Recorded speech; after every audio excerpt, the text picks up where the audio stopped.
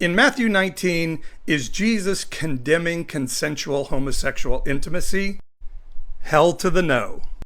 In fact, it's likely he's doing quite the opposite, and at very least we know he's mocking and condemning people who follow rules and law rather than live in the grace of a good Father in heaven. Let me explain. Quick note, one thing evangelicals will never tell you is we don't always know exactly what the Bible is saying. We are putting into modern English an ancient text that was translating an ancient language with ancient customs. So rarely when somebody says, the Bible is clear, is the Bible clear? We can argue about it. Matthew 19 is a passage that extremist Christians use to say, well, Jesus said marriage is between one man and one woman, therefore gay marriage is a sin and will send people to hell and will curse a nation with like hurricanes and other bad stuff. But for most of the passage, Jesus isn't talking about homosexuality in any way whatsoever. Jesus is being enticed into an argument by the people that he called very harsh names. The religious law followers who had beliefs very similar to today's right-wing American evangelical. And they're asking Jesus to take a side on one of the big cultural arguments of the day, divorce.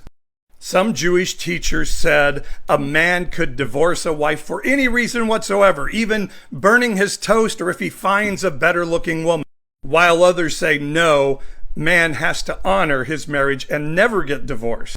It was one of the big culture wars of the day. When Jesus responds to their inquiries with marriages between one man and one woman, he is not talking about gay marriage. It didn't exist at the time, and so it wouldn't have been a part of the conversation. Note, queer people, trans people, same-gender relationships existed at the time, just not same-gender marriage. Jesus is mocking their argument to say this is a really silly argument. That's why he says, don't you know what's written in the law? Marriage is between a man and a woman. What he's saying there is you guys are arguing over minutia when the law is very clear. But let's talk about another way to look at marriage. And then Jesus starts to redefine sin from being something matched against rules in a rule book to something about relationship. And he makes this really interesting comparison. He says, you guys have heard it said, don't murder. He's saying, this is the rule that you guys know is written in the law. And you believe you can hurt somebody badly, but as long as you don't murder them, you're okay under the law. But then Jesus flips it on them. And he says, if you call your brother Raka, a fool, some say an asshole, then he says, you are worthy of hellfire like the murderer. If you call somebody a name with malice in your heart, like say, let's go Brandon, you are worthy of judgment from heaven. Jesus was saying arguing over your rules is a silly waste of time. Why don't you start thinking about how you relate to one another as how we're going to measure right and wrong, good and bad?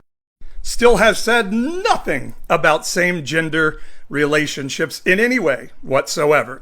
But then Jesus' followers overhearing the conversation says, wow, if we can't get divorced for any reason and put a wife away with a certificate of divorce, maybe we shouldn't get married at all.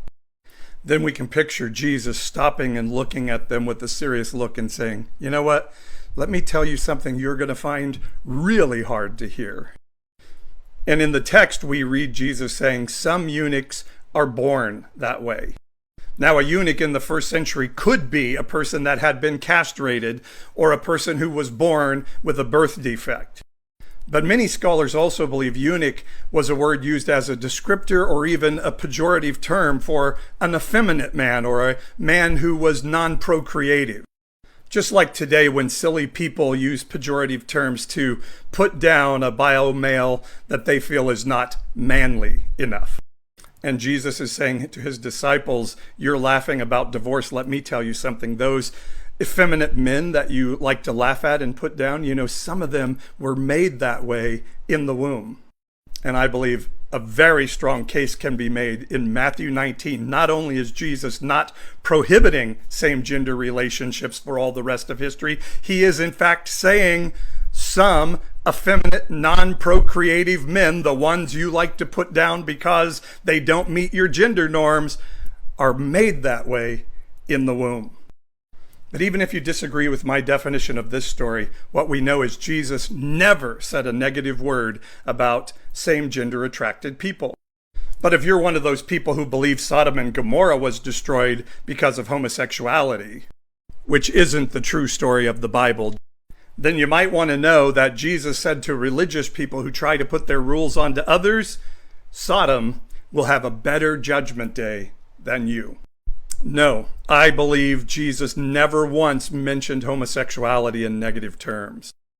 But I do think he said those who put down historically marginalized people and use the name of God to do so better check themselves, or they will be the ones worthy of hellfire, and Sodom will have a better judgment day than you.